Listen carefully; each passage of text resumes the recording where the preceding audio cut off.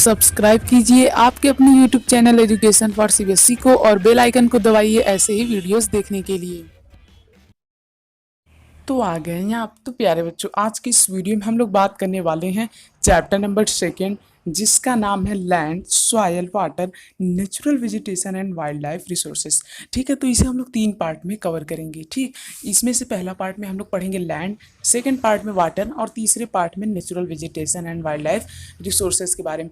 ये जो तीनों टॉपिक्स हैं ये आगे चल करके आपको चैप्टर्स की फॉर्म में मिलेंगी जब आप लोग हायर क्लासेस में जाएंगे, इसलिए बहुत ही ध्यान से सुनिएगा। ठीक है, तो चलिए स्टार्ट करते हैं लैंड से। लैंड लैंड क्या होती है?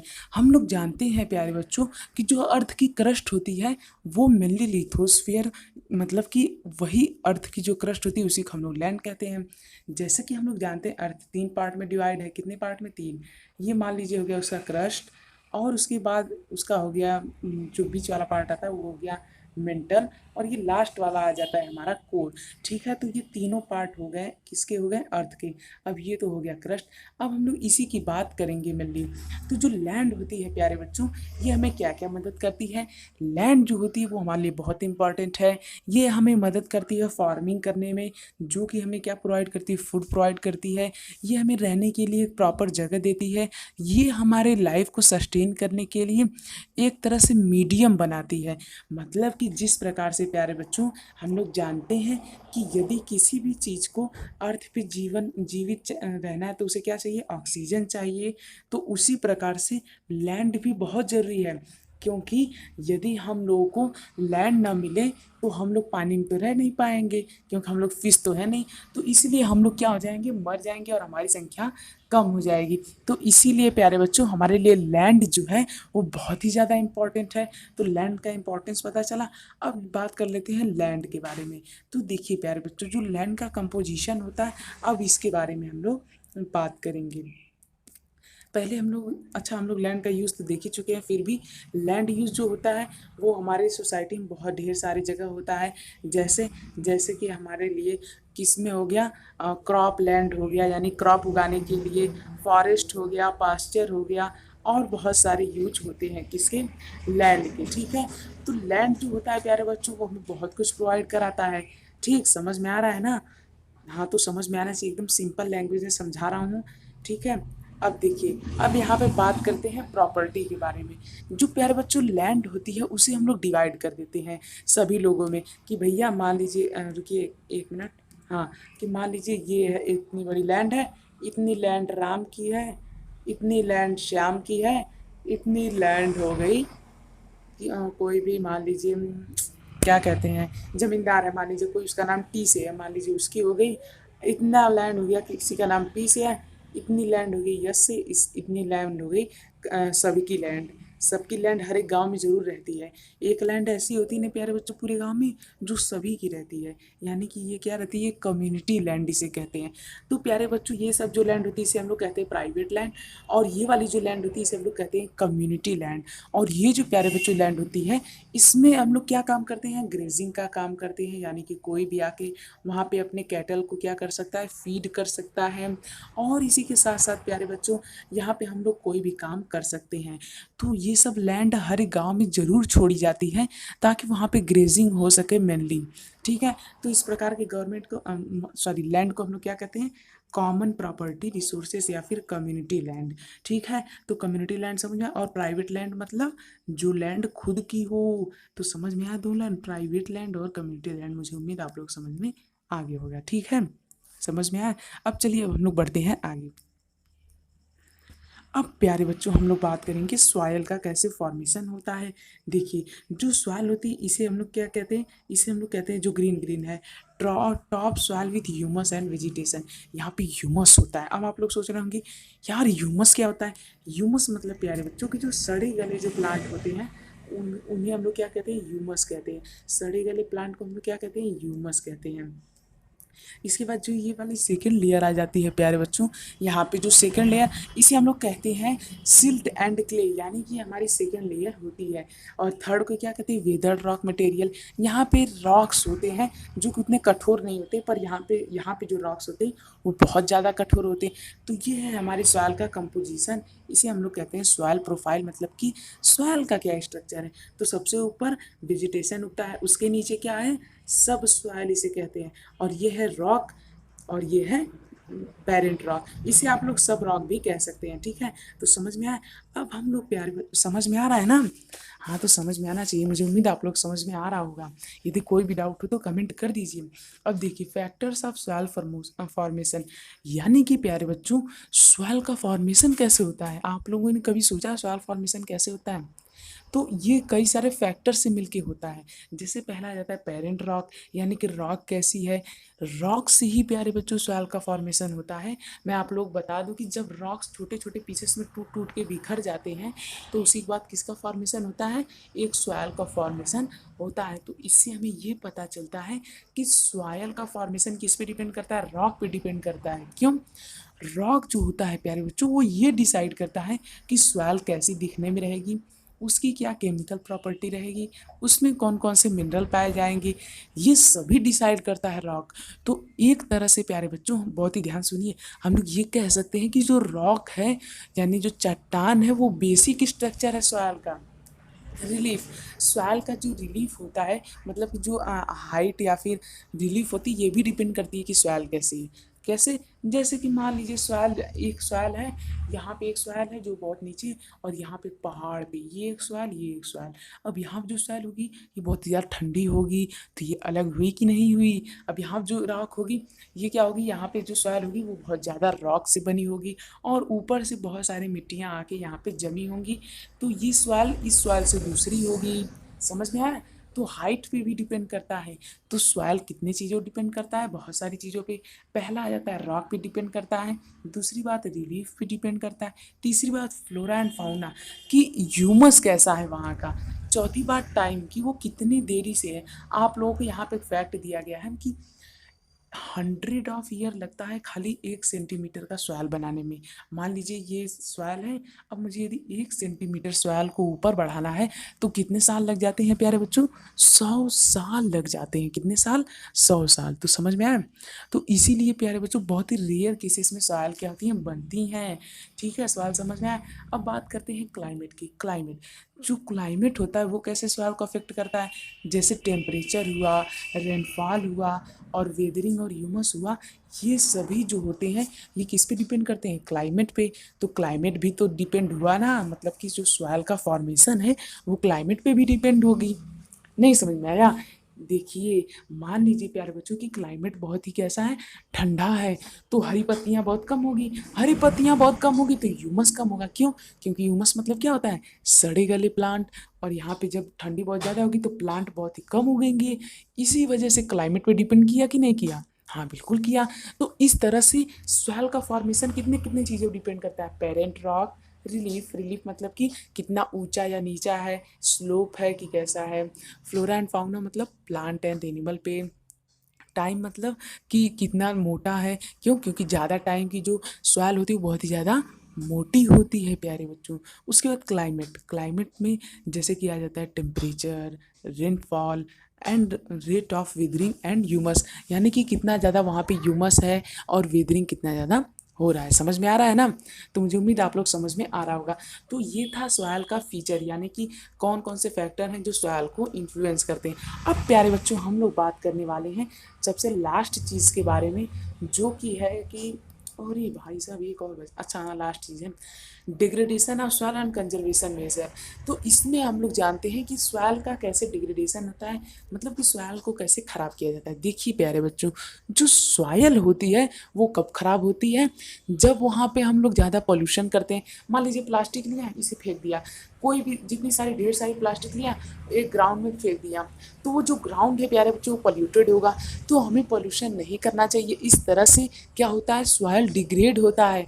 तो डिग्रेशन ऑफ सॉइल का मतलब क्या हुआ कि सॉइल कैसे खराब होती है। तो कैसे खराब होती है, पॉल्यूशन की वजह से खराब होती है। अब इसे बचाने के लिए क्या करना चाहिए, हमें कम पॉल्यूशन कम करना चाहिए, और इसी के साथ साथ हमें सॉइल का ज़्यादा से ज़्यादा यूज करना चाहिए।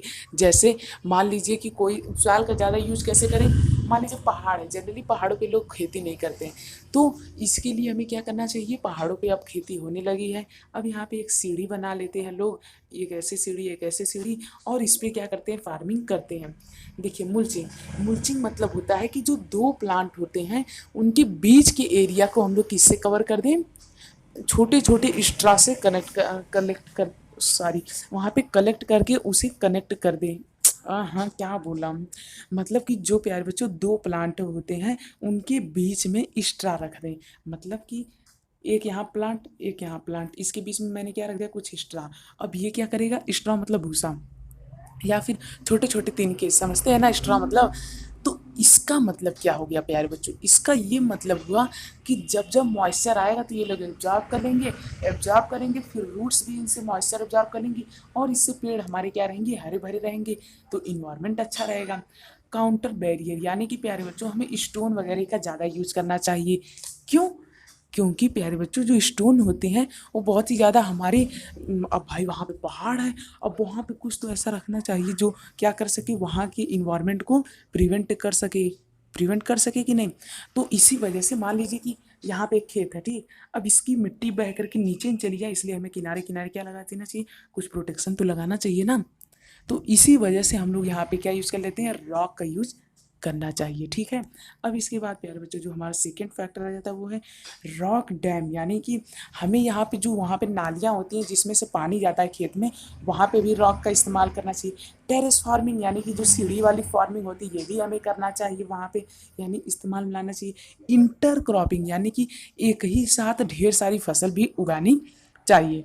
अरे समझ में आ रहा है कि मैं बका रहा हूँ, आप लोग समझी नहीं आ रहा है, आ रहा है ना, नहीं आ रहा है, कोई बात नहीं। देखिए इंटर क्रॉपिंग क्या होती है मैं फिर समझा देता हूँ।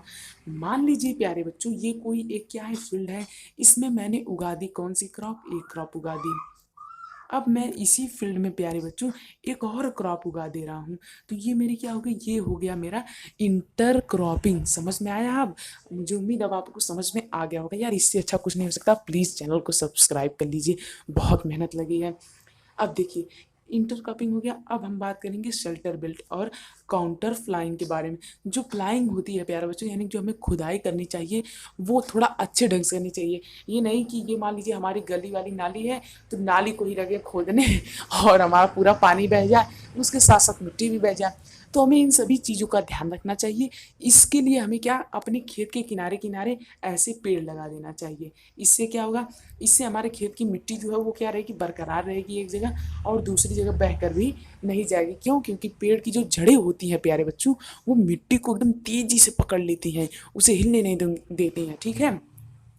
तो ये था कुछ कंजर्वेशन मेजर जो कि आप लोगों को मदद करेगा आपके खेत को इम्प्रूव करने में, ठीक है। तो मुझे उम्मीद आप लोग को समझ में आया होगा। प्यारे बच्चों प्लीज़ हमारे चैनल को सब्सक्राइब कर दीजिए, बिल्कुल ही फ्री है, इसमें आपका कोई भी कॉस्ट लगने वाला नहीं है यार, फ्री है तब कि नहीं आप लोग सब्सक्राइब करते हैं।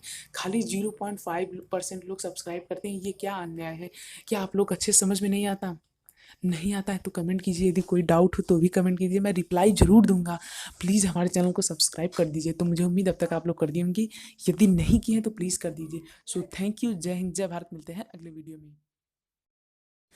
तो प्यारे बच्चों जैसा कि अभी तक हम लोगों ने सभी कुछ देख लिया किसके बारे में, सवाल के बारे में, ये काफ़ी बड़ा था। अब वाटर और नेचुरल वेजिटेशन तो बहुत ही ईजी है। देखिए वाटर जो होता है प्यारे बच्चों, इसके बारे में तो हम लोग जानते ही हैं। जो वाटर होता है ये हमारे अर्थ पे कैसा रिसोर्स है, कैसा रिसोर्स है, रिन्यूएबल या नॉन रिन्यूएबल, रिन्यूएबल रिसोर्स है। क्यों प्यारे बच्चों, क्योंकि इसे हम लोग रिन्यू कर सकते हैं।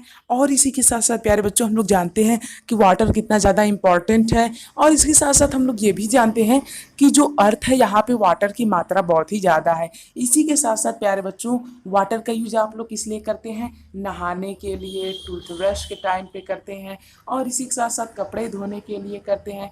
तो बहुत सारे यूज़ हैं किसके, हमारे वाटर के। तो इसीलिए हमें वाटर क्या करना चाहिए, कंजर्व करना चाहिए। आज के दिनों में प्यारे बच्चों क्या होता है कि लोग वाटर का बहुत ही बुरा ही प्रयोग कर रहे हैं, यानी कि उसमें इंडस्ट्री के वेस्ट भेज दे रहे हैं, और इसी के साथ साथ उसमें अपने कैटल को नहला रहे हैं, और इसी के साथ साथ उसमें अपने घर के कूड़े फेंक रहे हैं, और नॉन बायोडिग्रेडेबल चीज़ें जैसे प्लास्टिक हो गया जो सड़ती नहीं है जल्दी, तो इन सभी चीज़ों को कहाँ फेंक रहे हैं, तालाब में फेंक रहे हैं। तो इससे एक्वेटिक एनिमल यानी जो पानी में रहने वाले एनिमल हैं उनकी जान क्या है, खतरे में है, और उनकी जान को खतरा है। तो इस तरह का काम हमें नहीं करना चाहिए। हमें वाटर को क्या करना चाहिए प्यारे बच्चों, प्योर रखना चाहिए, ताकि हम लोग भी उसका अच्छे से यूज़ कर सकें। ठीक है, तो वाटर के बारे में आप लोगों को पता चला। तो इस तरह से हमें वाटर क्या करना चाहिए, प्रिजर्व करना चाहिए। हमें वाटर को वेस्ट नहीं करना चाहिए। ठीक है, तो आगे से हमें वाटर को वेस्ट नहीं करना है। अब प्यारे बच्चों हम लोग बात कर लेते हैं किसके बारे में, नेचुरल विजय। ये देखिए है, ये वाटर स्प्रिंकल। आप लोगों ने साइंस के चैप्टर 1 में पढ़ा होगा कि स्प्रिंकल सिस्टम में पाइप के जरिए यहाँ पे पानी को फव्वारा में फेंका जाता है, ताकि कम से कम पानी का यूज हो, ज़्यादा से ज़्यादा पानी बच सके। इसी वजह से प्यारे बच्चों यहाँ पे ऐसे सिस्टम का यूज किया जाता है। तो प्यारे बच्चों natural vegetation and wild life, यानी कि जो हमें वेजिटेशन मतलब क्या होता है, वनस्पति, यानी कि जो पेड़ पौधे वाला इलाका होता है वो कैसा होता है, और वाइल्ड में कैसी लाइफ है उसके बारे में अब हम लोग पढ़ेंगे। देखिए प्यारे बच्चों, वाइल्ड में जो लाइफ होती है वहाँ पे कौन रहता है, जानवर रहते हैं, और वहाँ की लाइफ जो है वो पूरी खतरे जैसी है। और वाइल्ड लाइफ मतलब कि यहाँ पे हमें बताया जा रहा है कि जो जंगली जानवर होते हैं, जंगली पेड़ पौधे होते हैं, उनके बारे में यहाँ बताया गया है। ठीक, तो यहाँ प्यारे बच्चों यहाँ बताया गया है कि जितने भी जानवर रहते हैं उन्हें पोचिंग के जरिए क्या किया जाता है, ख़त्म कर दिया जाता है। और इसी के साथ साथ कुछ जानवर जो हैं वो अब क्या हो चुके हैं, हमारे यहाँ से लुप्त हो चुके हैं। तो हमें उन्हें बचाना चाहिए। उन्हें इंडेंजर्ड के लिस्ट में रखा गया। इंडेंजर्ड लिस्ट आप लोग इसी क्लास में 6 चैप्टर में पढ़ेंगे, कहाँ पे, साइंस में पढ़ेंगे। ठीक, तो इंडेंजर्ड लिस्ट में किन्हें किन्हें रखा जाता है, जैसे कि मान लीजिए लायन हो गया, इंडिया का टाइग्रेस हो गया, मतलब जो टाइगर हो गया। और इसके बाद प्यारे बच्चों बहुत सारे ऐसे एनिमल हैं जिन्हें रखा जाता है। इनका ये मानना होता है कि ये एनिमल अब जल्द ही ख़त्म हो जाएंगे, इसीलिए प्यारे बच्चों हमें इन्हें बचाना चाहिए। अब जैसे कि आप लोग नहीं जानते हैं कि अब प्रोजेक्ट टाइगर बहुत फेमस प्रोजेक्ट है, प्रोजेक्ट टाइगर।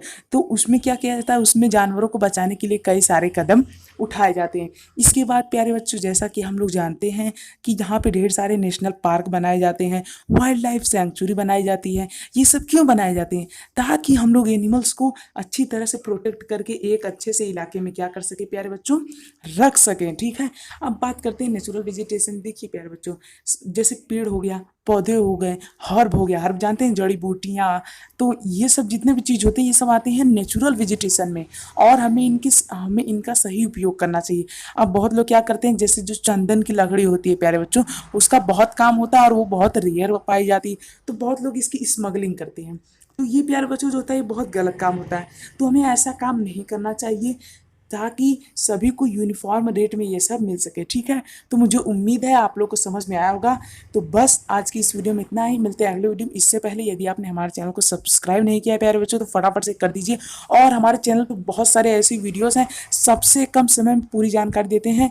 और एक बार इस चैप्टर को आप लोग अपने से भी पढ़ लीजिएगा। तो बस इसी के साथ आपका ये चैप्टर खत्म होता है। सो थैंक यू, जय हिंद, जय भारत, मिलते हैं।